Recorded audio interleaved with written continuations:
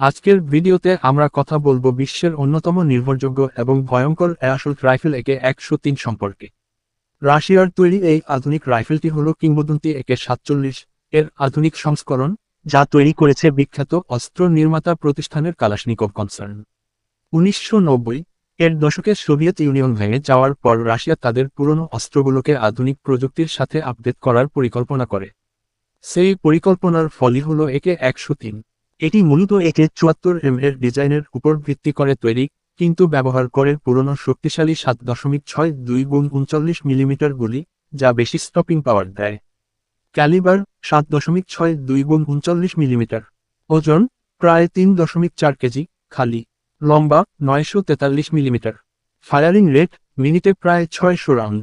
Effective range 300-400 metre. এই রাইফেলটি semi auto এবং ফুল auto দুই মোডেই গুলি ছুড়তে পারে। AK-103 এর সবচেয়ে বড় শক্তি হল তার স্টপিং পাওয়ার। 7.62 মিলিমিটার গুলি তুলনামূলক ভারী এবং টার্গেটে আঘাত করলে বেশি ক্ষতি করে। ঘন জঙ্গল, মরুভূমি বা ধুলাবালির পরিবেশেও এটি নির্ভরযোগ্যভাবে কাজ করে। বিশ্বের বিভিন্ন দেশের সেনাবাহিনী ও বিশেষ বাহিনী এটি ব্যবহার করে, কারণ এটি সহজে জ্যাম হয় না, রক্ষণাবেক্ষণ সহজ, কঠিন পরিবেশে টিকে থাকতে পারে। রাশিয়া ছাড়াও ভেনেজুয়েলা, ভারতসহ আরও কয়েকটি দেশ লাইসেন্স নিয়ে AK-103 তৈরি বা ব্যবহার করেছে।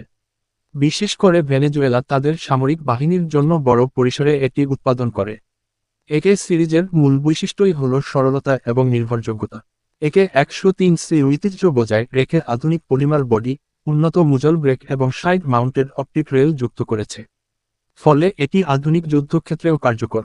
অনেকে প্রশ্ন করে, এটি কি পশ্চিমা রাইফেল যেমন M4 এর চেয়ে শক্তিশালী? শক্তির দিক থেকে 7.62 মিলিমিটার গুলি বেশি আঘাত হানে, তবে রিকয়েল একটু বেশি।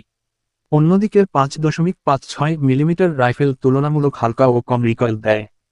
তাই AK-103 বেশি উপযোগী শক্ত আঘাত ও কাছাকাছি থেকে মাঝারি দূরত্বের লড়াই।